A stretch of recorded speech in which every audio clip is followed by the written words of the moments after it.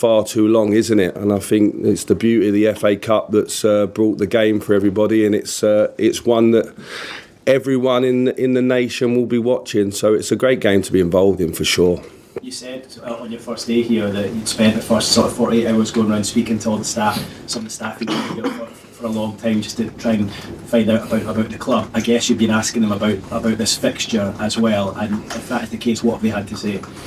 Well, just it's a fixture that captivates everybody in the North East, but more than that, I think everyone in the country. It's a huge fixture. We love our derbies, just in general in English football, but I think in this part of the world, as I say, to only have one in the last 7 years, it's great to have it. We need to be at our very best. There's obviously a difference between the two teams at the moment, and those 7 years have been different for both clubs, haven't they, in terms of the ups and downs. So as we arrive into the game, it's intriguing with our very young squad, ambitious team going up against a Champions League team this season. It's a fantastic game for the neutral as well. Is there a feeling within the club? I know it's been over 7 years since you last faced each other, but 9 matches unbeaten for Sunderland in the fixture, even though you're obviously in different divisions now. Is there a feeling within the club that Sunderland have got the Indian sign over Newcastle, and have done for some time? That's not something that's been put at me. I think we just have to take each game as it goes. I think that we're, as a football club and our young players, we're really ambitious, and we're playing against a very good team first and foremost, but we are playing for our fans and for our city. So it's really important that we put that into the performance in terms of our focus, our concentration, our quality. We know it's going to be a really tough game, but it's at our stadium with our fans behind us. There's everything to like about this game. You've had your fair share of experiences of red hot derbies up in Scotland with Rangers Celtic over the last few years. Where do you expect it to be in comparison? Well, the fact that it's the first one in 7 years, I expect it to be similar to the build-up in the week that I've had there many a time, and I'm sure the fans are going to bring colour to the fixture as well in the stands. The energy will go onto the pitch, and I'm really looking forward to it. The team is as well. Like as I say, we've had 4 games in 10 days over a busy Christmas and festive period, but now that's out the way. This was always in the back of our minds, and now we can get our teeth into it. Is there any sort of experiences, anything that you learned from your time in Glasgow in the derby days that you'll take from this, that you'll lean on going into this fixture on Saturday? I think you just focus on yourself and the work that you're doing. We've got a really good, young, ambitious team that's doing well in the Championship, and it's important that we bring the best version of ourselves, and that the focus very much this week is on our team and the way that we play, knowing that we're playing against a good team. But it's important you lean on the good work that's being done in this building, and you focus on trying to play your game and obviously playing the game that's in front of you. It's a fantastic occasion, as I say, for it to be the first one in 7 years. Is these group of players on both sides, because there's been many before them over the last 7 years that have not had the privilege of playing in it. So it's important we respect the derby, but we also play our normal game. Just finally from me, you touched on it there, but obviously got off to a bad start with the defeat to Coventry, but the players have knuckled down. You've done well, unbeaten in 3 now.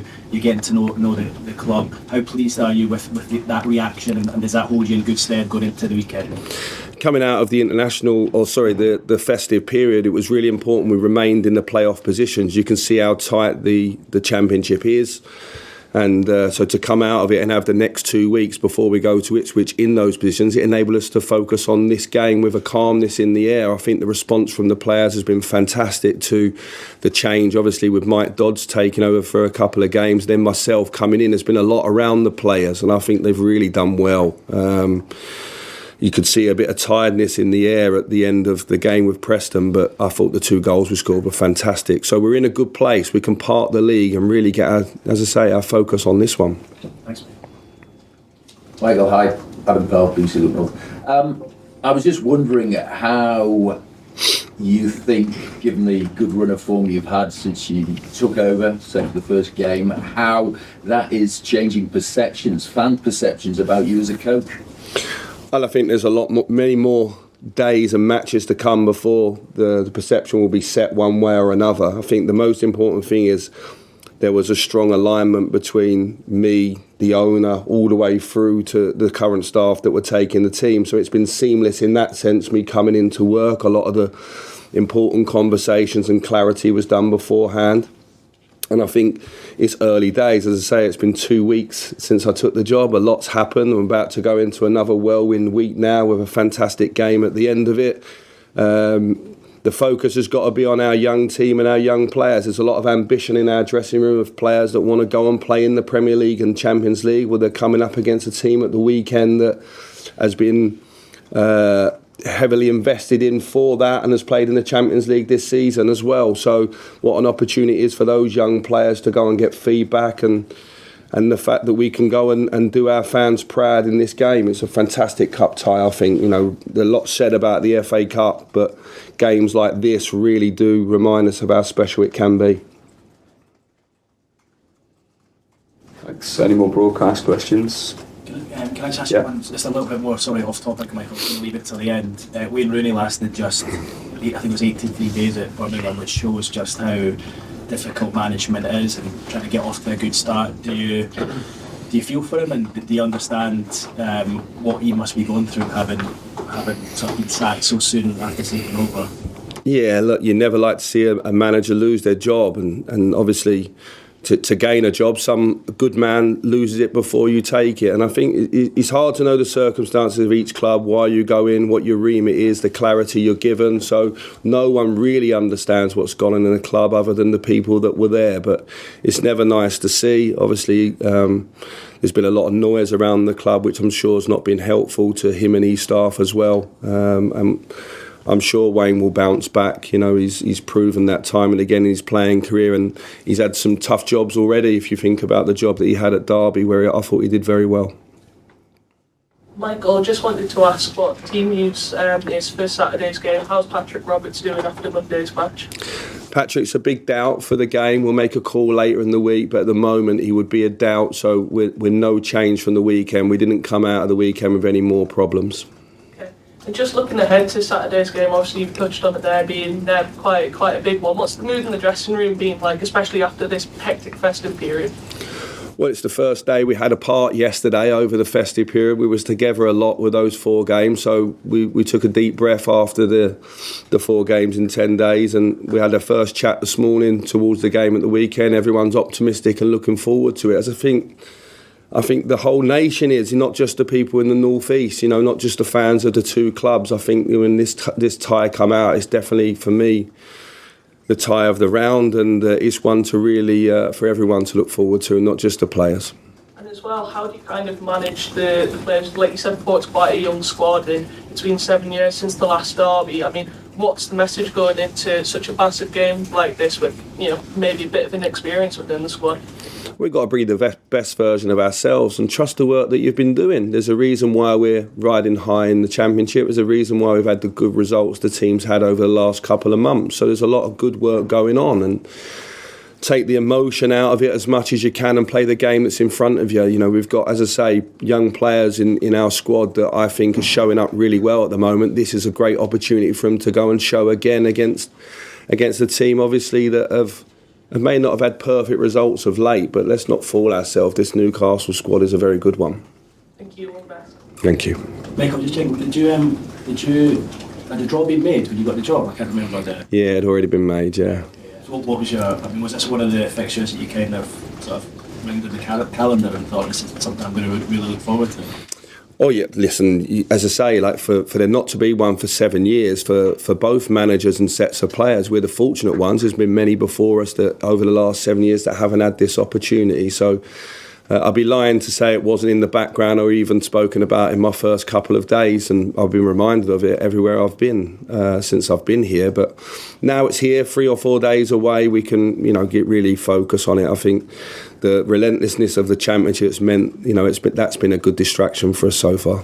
Do you feel, I know obviously you've mentioned Newcastle playing in the Champions League this season and the standard of their player, but do you feel you're perhaps getting them at a good time, given the fact that they've lost, I think, 7 of the last 8, they've got quite a few injury problems themselves?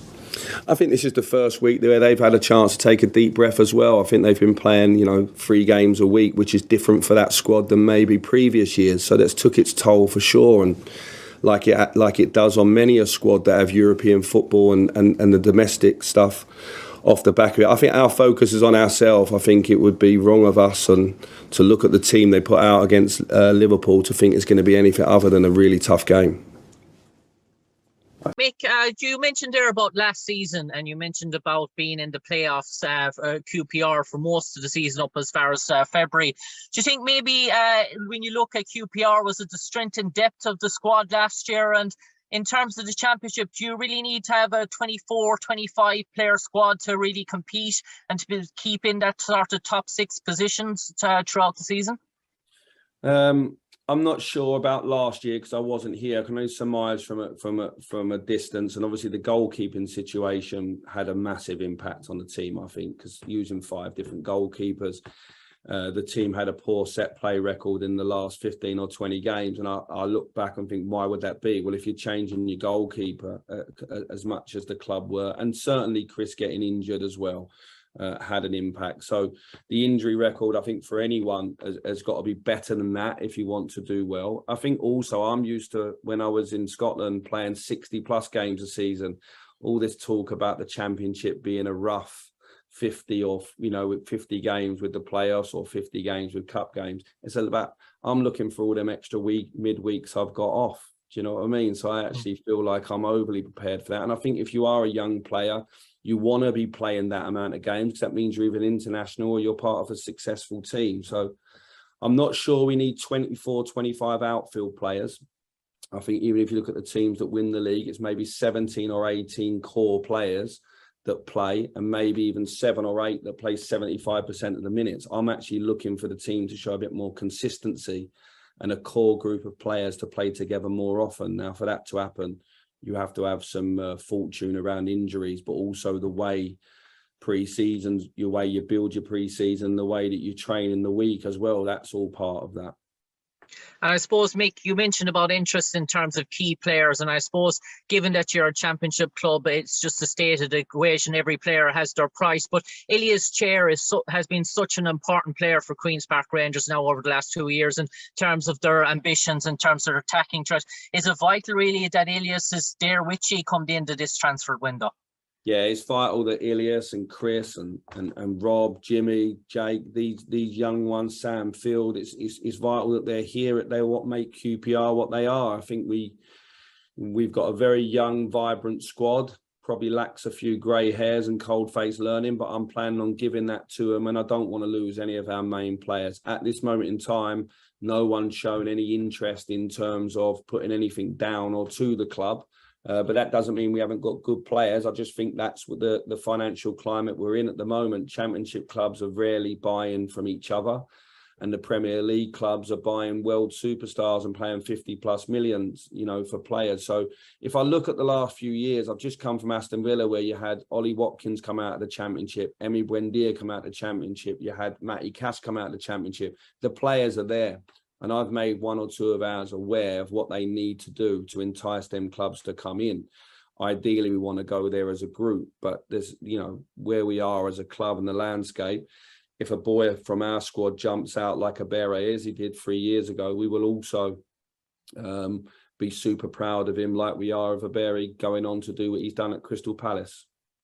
And I suppose, Mick, throughout the season, you've opted for the 4-3-3 system. Are you sort of flexible in terms of changing on that and given the match sort of situation, or is that the preferred method one of attack from the off? No, I'm aware that I've got 3 outstanding centre-halves, I believe, in Jimmy Dunn, Rob Dickey and Jake Clark-Sutton. I know I can use that system at the moment. Outside of that, if I was to choose them and one of them was to go down with an injury or an illness, I would have to change the system. So it's an area that maybe we'll add to so that we've got that versatility. Also, at times, we'll play with 2 strikers and maybe a 4-4-2 variation. So it's more the principles that won't change. But in terms of the formation, I will try to keep the other managers guessing a little bit. And I want to try and make full use of the squad that we've got here. So to do that, I think you always have to have a variation to what might be your main preferred formation. And finally, for me, Mick, just on an Irish perspective, there's rumours going around that you were in the running for Troy Parrott, who went to Preston. Was there any sort of truth in that? Were you in for Troy? No, there was no truth in that. There was a phone call that I received earlier in the window about Troy. He's not a boy that I know well, to be honest. I know what club he's come from, and I know that he's done well as a young international going into the senior setup. But he's never been in our plans in terms of a player that we were looking to bring in. I wish him well at Preston. I think he's got a really good manager up there. He took another young player that I worked with last year, Cameron Archer, and did really well with him. I like Ryan as a man, and I think he can help Troy, but he was never on the radar here at QPR. Cheers. Best of luck. Make it the weekend. Thank you.